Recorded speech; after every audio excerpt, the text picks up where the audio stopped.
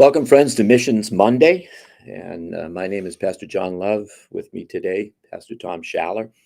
This is the second part in a series here on Missions Monday with Pastor Schaller. Some of you tuned in and have seen the previous meeting that we had together. And I think that was just the beginning of what we wanted to get into. And today we'll pick it up where we left off the last time. Many of you know Pastor Schaller currently is the senior pastor here at the Greater Grace World Outreach in Baltimore, Maryland.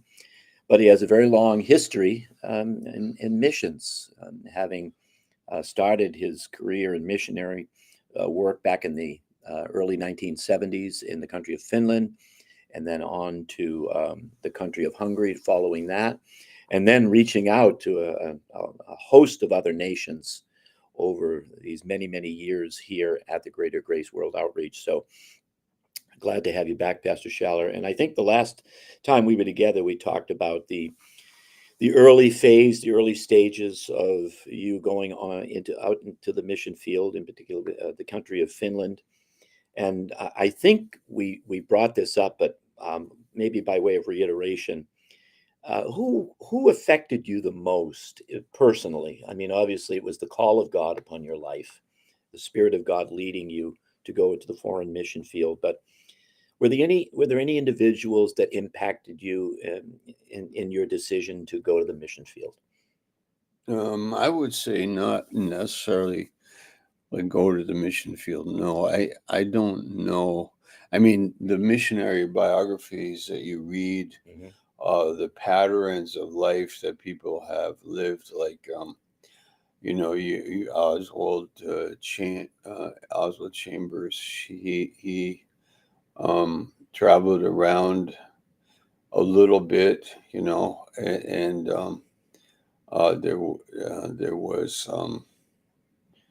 there have been people in history who brought the gospel to different countries, and in that pattern, we read it in the Apostle Paul in the book of Acts.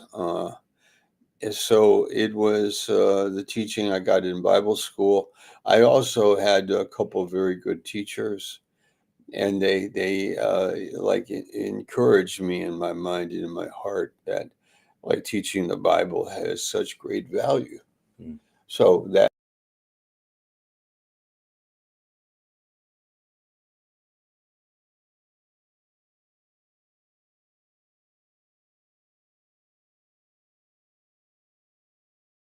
made Opportunity, privilege, the foreign mission field, many different countries. It's been a great blessing.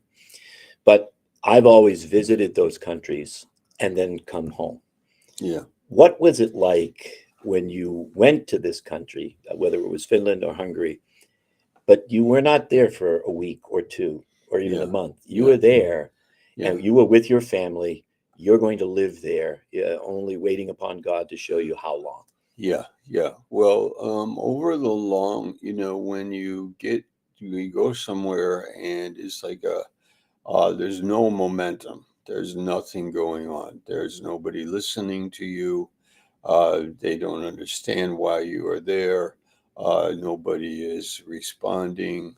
Very little is happening. So that means that there's like work that has to happen, almost like rolling a stone up a hill. Going up the hill. Like, are we ever going to hit the crest and get downward momentum? Like, will there be a church? Will there be people that want to get together? So people may not trust you in the beginning. People don't know who you are. They don't know what your message is. So that's why team is important. Team is like a transplanted like seed, a group of people that know the value of the teaching, that know the value of what we're doing, and stay with you, and they help build that momentum. And that's so. You're right. When you visit, usually you are arriving to a place where that's already happened, and then you come in and you minister. So that's one scenario in the ministry. The other one is planting a church. Yeah. Yeah. And what was it like when and I like the way you put it, kind of rolling the stone up a hill. What was it like when you started to realize these people are responding? Um, Hmm. were there men that were responding, women responding, and you could just sense that? I mean, you must have gone home some night saying, the hand of God is upon this work. Right. We are seeing lives changed. Yeah. People are getting motivated, exciting about Christ. Yes, that's right. That's Yeah, what happened. yeah. Not always. You go home and wonder, how long will it take? Will it ever happen? I mean, I have a lot of uh, uh, sympathy or understanding about people that are laboring and they're just rolling the stone up the hill. Mm, And I wonder, like, how long will it take? When will, you could say, the spirit fall, and the spirit, like Paul in with I mean Peter with Cornelius in the house in the first meeting, the spirit fell, and the people were deeply moved. Even they spoke in tongues mhm, in Acts 10, right? mhm, And they Peter was shocked. He was amazed. So does that happen? Well, it might happen in a meeting, but no, it doesn't always happen. And so there's another meeting, and then another meeting, and you really want to see God moving. So when He does, then when you go home, you go, "Wow!" You just say that was a good meeting, mhm, and then somebody wants to hang out with you, like you. They are affected by what mm, they're hearing and what they're believing, and they found Jesus to be real. mm. And what was it like when you were investing in their lives, and you sensed that God was really speaking to some of the hearts of those men and calling them and raising them up to be leaders in their own country? Hmm. It had to be kind of like a great place, a great point in the time of your ministry where you realize, wow, God Hmm. is not just raised up us and our team here, but also within their own midst. You have leaders that are going to be used by God in the future. Yes, I remember that happening, and also I could mention some names of people. Steve Duff in Russia Hmm. had a period where the Spirit was moving in St. Petersburg, Russia. Pastor Mati had it in Baku, Azerbaijan, where the Spirit was moving. The ladies, the Finnish ladies that were in Baku and later in Kyrgyzstan, there was like Hanale and Aya and Elu. They were very good workers. They were making things happen, and God was moving, Yeah. and it was just His will, Mm. and He did it. I mean, the Lord did a lot this work that affected. And if you were to interview them and ask them, they could probably tell you the year, maybe the month, the season of year. They could tell you that it had a deep effect on them, and they don't forget it. No. That's a real thing. Yeah. Yeah. And some of those ladies that you mentioned were also instrumental in going into Poland and starting Right. a ministry there. Right. And we'll be celebrating 40 years. They'll be celebrating 40 You're years right. of Right. ministry in Right. Poland. Right. And Right. because of the faith of those women that went there, started that work, and here we are celebrating it. We'll have the European Conference in Warsaw, Poland this Yeah. March of Yes. 2025. Yeah. Yes. Yes. That's right. Roger Stanger. The beginning there. Uh, Purio. Rita. A. I would say in France.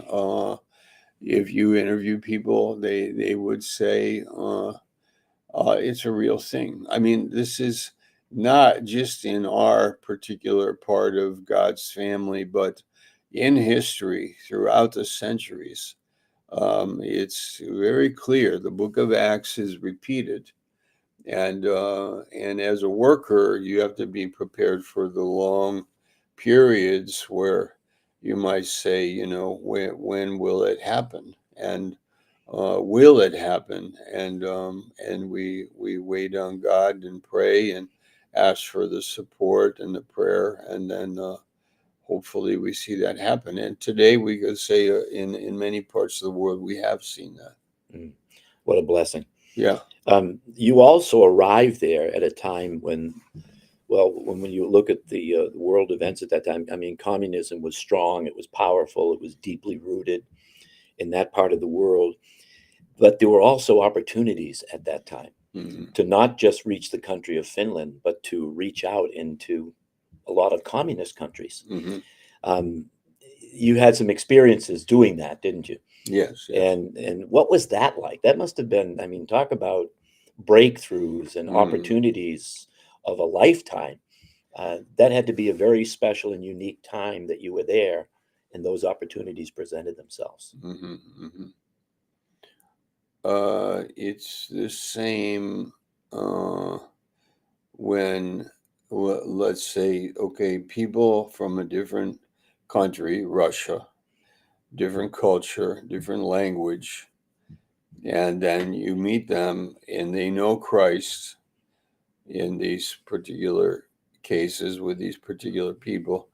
They know Christ, and when you meet them, you have fellowship immediately, like they are magnifying Christ in their hearts, and they walk with Him and believe in Him, and some have made big decisions. So when you meet them, it's very refreshing because you see it's God's work, not just in our greater grace context, but it's God's work in the big picture. And so I would say it's very encouraging to you as a believer that you Mm. could go to many parts of the world, if not everywhere, and meet born again Christians and say that, wow, that we have a spiritual connection. We are together in the Lord. Mm. So then of course, through them in our various contacts in the Soviet Union in those days, we would also be able to minister to other people, unbelievers, and help them, uh, find the Lord. Mm. In our first meeting that we had for Missions Monday, we talked about how once this momentum began, it started to carry you and the team rather than having to try to produce it. There was a momentum, and there's something to be said about spiritual momentum. It's kind of like a big running back being handed the ball on the 1 or 2 yard line, and he wants to get punched into the end zone. Um, if they've driven the ball down the field for 70, 80, 90 yards, they have momentum. And Hmm. it seems like that momentum just kind of carries them Hmm. into the Hmm. end zone. There's a spiritual momentum that you were experiencing during those days. Maybe not something that was happening all the time, but could you sense that? And was it like a surfer catching the right wave Hmm. and then letting it carry you as far as it could? Yeah, we had a Bible school. I think we had 97 students. We had a few hundred people in the church, and when we said, I saw in Time magazine that Mao had died. I think October of '78 was the issue. And then I just thought, got the idea that maybe we could go to China from Finland. Mm. And so I went to the Bible school. You got this Bible school and this church life and this faith. We were teaching about faith, and that we could actually go into all the world with the gospel. And and and there is a kind of boldness in saying that, and a faith in believing that, but people were prepared for that. They could hear that. They could say, yeah, maybe, like, why not? Let's believe God. So we organized a trip to China Mm. in the summer of 1979. 16 of us went to China, and that kind of became the springboard for future missions that Mm. happened from Finland. That's amazing. Yeah. Tell our listeners and those that are watching the podcast about the plane. You once chartered a plane, Okay. and it took you to several countries, or was it one country, or was that China? Was that the time that you did it? No, there's a couple stories. One Hmm. is we when we flew to Lenox, I told the church, I said, we can go to my home church in America. Hmm. You can meet my pastor and even meet my mom and dad in Rome, New York. We could do that. Hmm. And so who wants to go? We had 127 people. So we chartered a plane Hmm. and we flew to New York, and we did a tour, for 2 weeks. Amazing. Yeah, we went to Lenox. We did see my mom and dad, Hmm. like 2 bus loads of Finns went to my house. and, Oh boy. and we did it because you can, because we believe, because God is like that. God is real, and he can do that.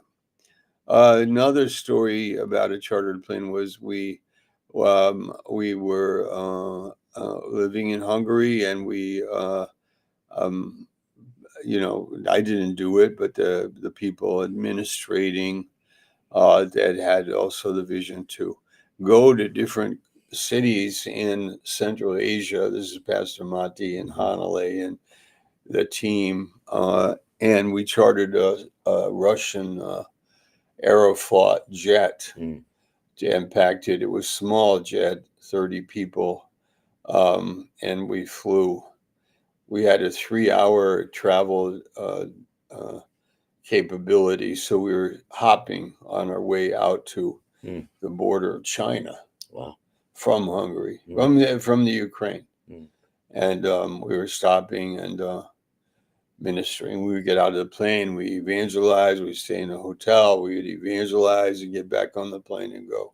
So Amazing. we were sharing the gospel. That's amazing. Yeah.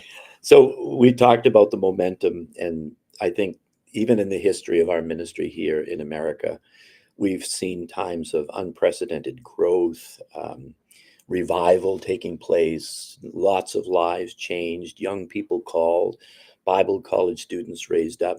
But along with that momentum, we have also experienced here, and I'm sure that it happened with you in on the foreign mission field, times of opposition. When you were confronted with opposition, how did you deal with it? And as a ministry that was flourishing, growing, Mm, experiencing that momentum, but then opposition. mm, You had to deal with it and you had to get through it and get beyond it. How did that all happen?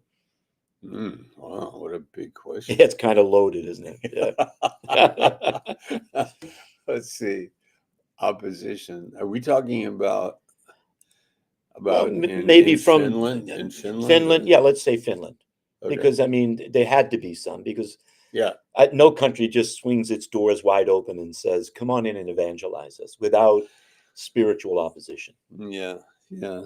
Um, hmm, let's see. Um, Did they write nasty articles about you in newspapers? yes, sometimes it Yeah, did happen. yeah. Yes. Yes. So the same kinds of things that I think a lot of American churches would still have to deal with today is what happened to you overseas. Yeah. Yeah. Yeah. Yeah. Well, um, um, I get what you're, first of all, opposition exists. Hmm. There is spiritual warfare. There really is. There's misunderstandings. Hmm. There's just like what happened with Jesus. There's like layers of reasons. One, he contradicted traditions, so that upsets people. Like, Hmm. don't change anything. Hmm. So they sometimes people don't know what they're reacting to. So like that's one level. That's just like almost somebody coming in and messing things up. Hmm. Then there's a layer of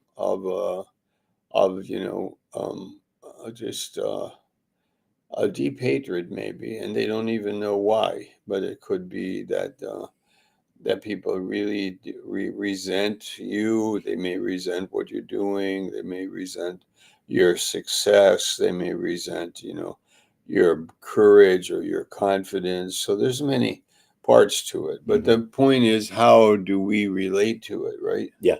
Yeah. I think as much as we can, not to react, but continue to do what we do. Understand that people have misunderstandings and to love them. Communicate as much as we can to comfort them or reassure them. Then you have more serious type of opposition, which we could call is like spiritual, and pray for them, love them, and continue to do what God's called you to do. Mm. I think the best thing about that is that we continue to do what God called us to do. Yeah, yeah. Isn't that the best way to answer the opposition, the critics, the people that Mm, have their doubts or questions about us? Is to just live that consistent life that we read of in the scripture hmm and that God produces within us. I mean, there's perhaps no better testimony than a life that's being controlled by the Holy Spirit, Yeah, led by Christ, yeah, yeah. And right? maybe we need to realize that the best defense is just a healthy offense, like to continue to do good works, to preach and teach the gospel, to help people. Um, that we didn't start with a bad motive. So being running into some trouble, you just continue in the good motive Hmm. and to do good things and to help people find the reality of Christ. Then that's a great way of approaching. And they can change. I had one man come to me. It was like a deathbed. He was dying, and he wanted to come to me and apologize for what he did against us. Hmm. Hmm. Like or years earlier, I think maybe 30 years earlier, he Hmm. had come Wow. to me and he said, please forgive me. I was the one that was against you. And he told me what he had done with Mm. the newspaper and the parliament and this kind of thing. Mm. So, that's good. I mean, I'm just glad that we didn't stop doing what we saw God doing. Yeah. Yeah. Amen. Now, when you moved to Finland and then consequently after that, sometime later into Hungary, you didn't just go over, as a husband and wife team, you brought your family. hmm So, I mean, a lot of missionaries today, they will leave their families behind and not even take them to a foreign mission field. But you took your family, and there had to be some challenges raising a family in another culture altogether. hmm But that's something that you did. And as you look back on that, I mean, uh, no harm, no foul. The Yeah. children have turned out great. I Yeah. mean, some of them, not all of them, perhaps are here in America, but everybody turned out pretty well, didn't they? Yeah. Yeah. Sure. You can do a research on missionary kids Hmm. and find that they are socially balanced generally, Hmm. successful as people. They grew up in another culture, maybe mine Hmm. didn't, but were um, they, uh, they, they were very young.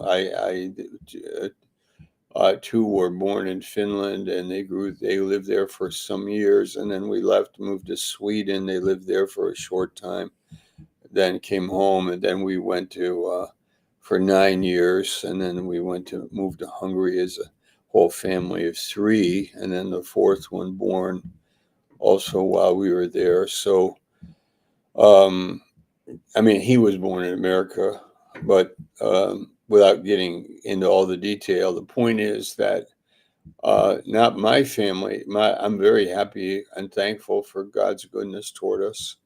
But in missionary work in general, it's a great education Mm. for kids to sit at the feet of missionaries and Hmm.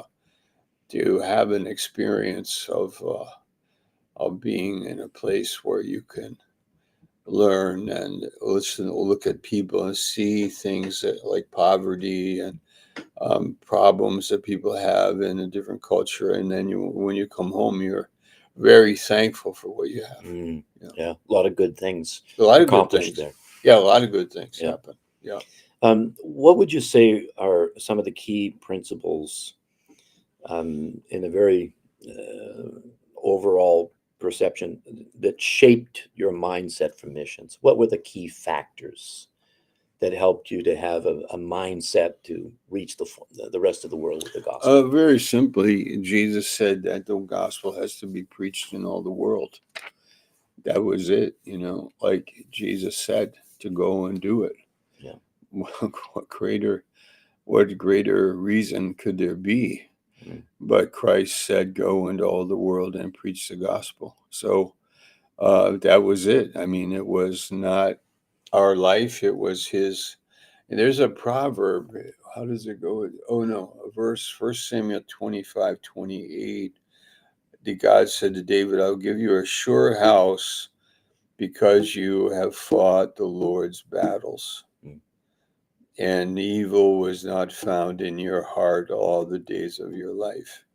So, fighting the Lord's battles, that being a priority in your life, the Lord gives you a sure house. Mm. So that's a pretty amazing promise. Like, Yeah. I give you a sure house. Maybe we could look that up sometime. Mm. Like, what is a sure house? I give you, like, your family line will continue in Jerusalem. A king will die, but his son will take over.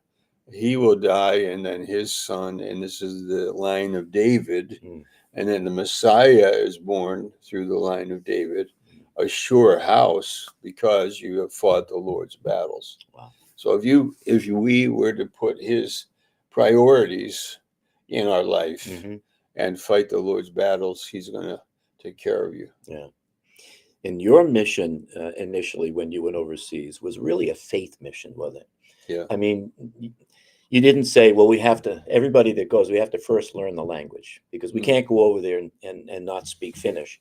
But that wasn't necessarily the priority, was it? Yeah, I know. Yeah, what I mean, you're correct. I think the language thing is like a little bit of a hot topic Mm-hmm. because I mean, learning a language is a very good thing and a Mm-hmm. plus, absolutely. But some missionaries do it that way. They learn the language and then they go. Some immediately they go and then they just dive into the language, and that's what they do for 2 years. Mm-hmm. We didn't do that, but it doesn't mean the other way isn't right. It's just that we just didn't do it, and really found that the Finns in particular were very multilingual. They knew not only Finnish but Swedish in their education, and in English, because of the age we live in, like English is the dominant language around the world.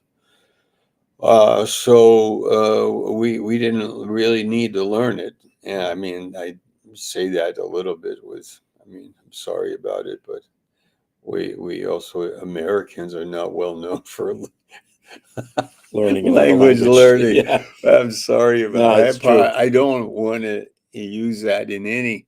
I just want to admit that I would say language learning is an amazing aspect of and very important part of mission work, but I haven't done it. Yeah. And but the Lord did it regardless of us. Yeah. I mean, he did Mm-hmm. do a work there. Yeah. But my point in asking that question was, it was love for the lost. It was obedience to the Great Commission. Yes. It was compassion for people's souls. Yes. And it was care. It Yes. was just the love of Christ was the supreme motivation. Yeah. You could pick up as much of the language as you possibly could because Yeah. we've all heard you speak some Finnish. A little bit. So yeah, and same thing in Hungarian as well. But we're grateful, I think, as a ministry that you went. That was the most important thing. Yeah. You went. Yeah. It's kind of like Jesus' disciples coming to him and saying, Lord, we know that John taught his disciples to pray. Teach us to pray. They didn't necessarily say, teach us how to. Yeah. They said, teach us to pray. Okay. And I think what you did, do something. Yeah, doing something is better than doing nothing. And you went, but then because you went by faith, God honored that. Because without that faith, it's impossible to please him. Yeah, we kind of say, Samson didn't have a weapon, but he used the jawbone of an ass. Yeah. In the book of Judges, like all the weapons they used were just like farm implements or anything they get their hands on to beat an enemy. Mm. And in a way, we're like that. Yeah. We don't have formulas. We haven't perfected our method, but our hearts are open and we live by faith. Yeah. That's a good word. Yeah. And when you look back on your life and the journey that God's taken you on, especially in relationship to mission work, any regrets? No. Yeah. No, that's pretty incredible. It is incredible. Yeah, no. Yeah. And you once said that, I'm amazed that like good things have happened. right? Look at what God did. I'm amazed at Yeah. good things that God did. Yeah. And you once said that because of what God has done by obeying the Great Commission and going into all the world, that, that if you were dropped out of a plane anywhere in the world with a parachute, you would probably land somewhere where you would know people. Where there are people that have been influenced and touched by your ministry, which is remarkable. Did I said that? I remember you said that a long time ago. Oh, yeah, which I think is remarkable because I think it's true. Yeah. I mean, if you dropped out of that plane in Poland, you could find people that you knew in the body of Christ. Okay. Yeah. In Hungary, in India, in Nepal, in Scandinavia, South America. I mean, it's a remarkable life. It is. It is. Yeah. Really. No, I mean, what can we say about that? That nothing. I mean, just we could be in tears about it. Mm. That Jesus is alive in the people's hearts. He that sows is nothing, he that waters is nothing, but it's God that did that. Yeah. God gave the increase to that word. That God saved a person.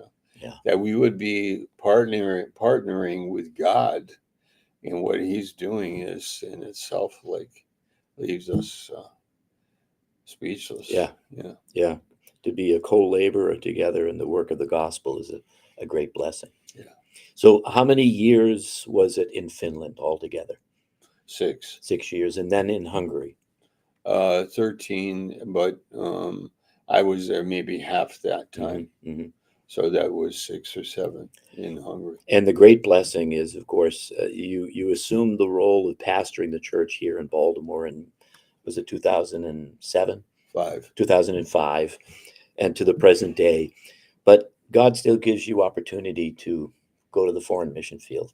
Yeah. To minister to these people and new people and new opportunities. And we still have a lot to do by God's grace. Yeah, maybe. Yeah. Maybe. But we're at this age. Yeah. One day it could all change. It could.